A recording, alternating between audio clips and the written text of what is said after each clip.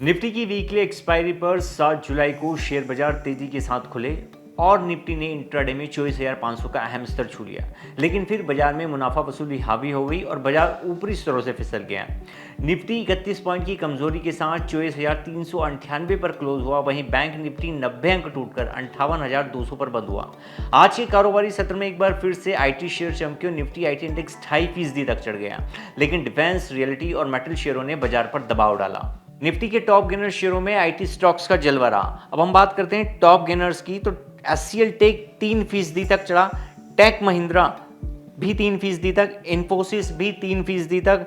इसके अलावा टाइटन करीब 2.5%, SBI Life Insurance 2.5%, Eternal 2%, TCS करीब 2%, एचडीएफसी लाइफ 1.5% तक, Bajaj Finance, Jio Financial, Eicher Motors, Bajaj Finserv, Bajaj Auto, Tata Consumer Products, Maruti Suzuki, Shriram Finance, Hindustan Unilever, JSW Steel, ITC, ONGC, Kotak Mahindra, Axis Bank, SBI और Bharti Airtel Nifty के top gainer में शामिल रहे। अब बात करते हैं निफ्टी के टॉप लूजर्स की, तो निफ्टी के टॉप लूजर्स में आज जिस शेयर ने सबसे ज़्यादा हैरान किया है वह है टाटा ग्रुप की रिटेल कंपनी ट्रेंट लिमिटेड के शेयर, जो करीब 12% से ज़्यादा गिर गए। इसके अलावा Adani enterprises 3%, Adani ports 1.5%, Bharat electronics 1.5%, Cipla करीब 1.40%, टाटा मोटर्स पैसेंजर व्हीकल भी 1.5% तक गिर गया।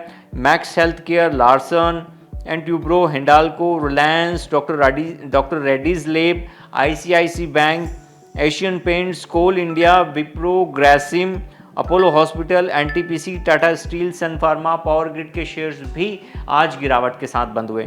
अब बात करते हैं टॉप परफॉर्मिंग सेक्टर्स की। तो टॉप परफॉर्मिंग सेक्टर्स में निफ्टी चूंकि आज निफ्टी आईटी शेयर्स में काफ़ी तेजी रही, तो निफ्टी आईटी इंडेक्स करीब 2.5% तक चढ़ गया। इसके अलावा कंज्यूमर ड्यूरेबल्स में 1% तक की तेजी देखने को मिली। एफएमसीजी फ्लैट रहा, जबकि निफ्टी डिफेंस शेयरों में काफ़ी दिनों से तेजी देखने को मिल रही थी, लेकिन आज के सत्र में डिफेंस शेयरों में मुनाफा वसूली हावी रही और निफ्टी डिफेंस 1.5% की गिरावट के साथ बंद हुआ। इसके अलावा रियलिटी शेयर्स जो काफ़ी दिनों से चढ़ रहे हैं वह भी गिरावट के साथ बंद हुए। निफ्टी मेटल इंडेक्स भी रहा, हेल्थ केयर, एनर्जी, मीडिया सभी शेयरों में और बिकवाली हावी रही।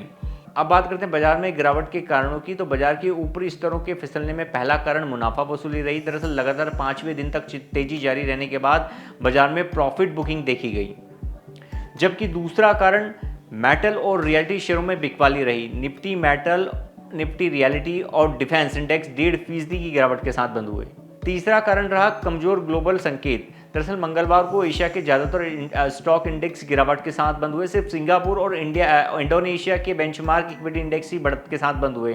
कमजोर वैश्विक संकेतों के चलते बाजार में मुनाफा वसूली हावी हो गई। वहीं चौथा कारण बाजार के अहम रेजिस्टेंस जोन पर पहुंचना है। दरअसल एनालिस्ट का कहना है कि मार्केट में और तेजी के लिए निफ्टी को 24,500 के लेवल को साफ तौर पर पार करना होगा और यह एक बड़ा रेजिस्टेंस है। मंगलवार की अच्छी शुरुआत के बाद अब निगाहें बुधवार 8 जुलाई के कारोबारी सत्र पे है। आनंद राठी इन्वेस्टमेंट सर्विसेज के जिगर एस पटेल ने कहा है कि निफ्टी के लिए अब 24,300 का सपोर्ट अहम है और रेजिस्टेंस के तौर पर 24,500 का स्तर अहम होगा।